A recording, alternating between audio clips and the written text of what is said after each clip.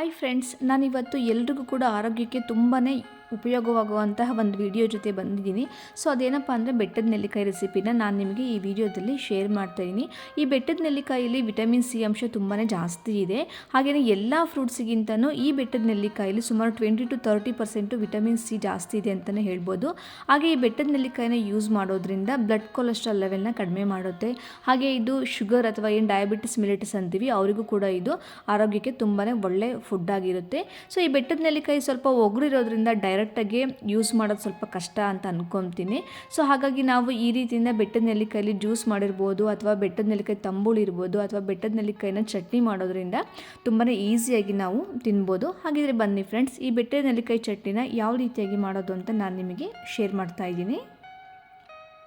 ನೆಲ್ಲಿಕಾಯಿನ ಚೆನ್ನಾಗಿ ತೊಳೆದ್ಬಿಟ್ಟು ಈ ರೀತಿಯಾಗಿ ಕಟ್ಸ್ ಮಾಡಿ ಇಟ್ಕೊಳ್ಬೇಕು. ನೆಕ್ಸ್ಟು ಒಂದು ಪಾನ್ಗೆ ಸ್ವಲ್ಪ ಎಣ್ಣೆ ಹಾಕಿ, ಎಣ್ಣೆ ಬಿಸಿ ಆದಮೇಲೆ ಅದಕ್ಕೆ ಒಂದು ಅರ್ಧ ಟೇಬಲ್ ಸ್ಪೂನಷ್ಟು ಕಡಲೆಬೇಳೆ, ಅರ್ಧ ಟೇಬಲ್ ಸ್ಪೂನಷ್ಟು ಉದ್ದಿನಬೇಳೆ, ಒಂದು ಅರ್ಧ ಟೇಬಲ್ ಸ್ಪೂನಷ್ಟು ಜೀರಿಗೆ, 8-10 ಮೆಂತೆಕಾಳು ಸೇರಿಸಿ ಮೀಡಿಯಂ ಫ್ಲೇಮಲ್ಲೇ ಎಣ್ಣೆಯಲ್ಲಿ ಹುರ್ಕೋಬೇಕು.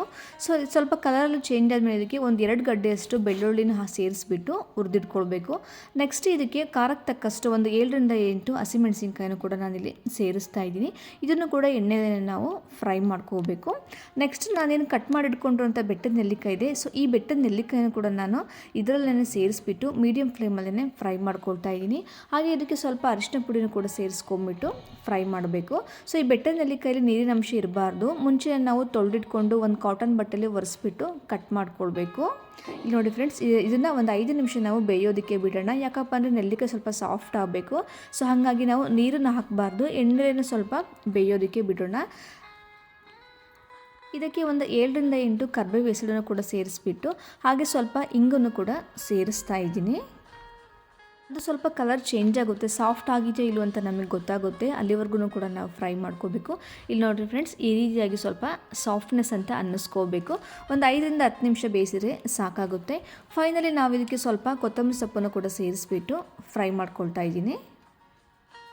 ನೆಕ್ಸ್ಟ್ ಗ್ಯಾಸ್ ಸ್ಟವ್ನ ಆಫ್ ಮಾಡಿಬಿಟ್ಟು ಇದನ್ನು ತಣ್ಣಗಾಗೋದಕ್ಕೆ ಬಿಡಬೇಕು. ನೆಕ್ಸ್ಟ್ ಇದೆಲ್ಲದೂ ಕೂಡ ತಣ್ಣಗಾದ್ಮೇಲೆ ನಾನು ಇದನ್ನು ಒಂದು ಮಿಕ್ಸರ್ ಜಾರ್ಗೆ ಟ್ರಾನ್ಸ್ಫರ್ ಮಾಡ್ಕೊಳ್ತಾ ಇದ್ದೀನಿ. ರುಚಿಗೆ ತಕ್ಕಷ್ಟು ಉಪ್ಪನ್ನು ಕೂಡ ನಾವಿಲ್ಲಿ ಸೇರಿಸ್ತಾ ಇದ್ದೀನಿ. ಹಾಗೆಯೇ ಬೆಟ್ಟದ ನೆಲ್ಲಿಕಾಯಿ ಸ್ವಲ್ಪ ಒಗ್ಳಿರೋದ್ರಿಂದ ನಾನಿಲ್ಲಿ ಸುಮಾರು 1.5 ಟೇಬಲ್ ಸ್ಪೂನಷ್ಟು ಬೆಲ್ಲನೂ ಕೂಡ ಸೇರಿಸ್ತಾ ಇದ್ದೀನಿ. ಇದೆಲ್ಲದೂ ಕೂಡ ಆದಮೇಲೆ ನೆಕ್ಸ್ಟ್ ನಾವು ಈ ಮಸಾಲಾನ ರುಬ್ಕೊಳ್ಳೋಣ. ಸೊ ರುಬ್ಬುವಾಗ ನಾವು ನೀರನ್ನು ಮಿಕ್ಸ್ ಮಾಡಬಾರ್ದು. ಯಾಕಪ್ಪ ಅಂದರೆ ನೀರನ್ನು ಮಿಕ್ಸ್ ಮಾಡಿದರೆ ಬೇಗನೆ ಹಾಳಾಗುತ್ತೆ.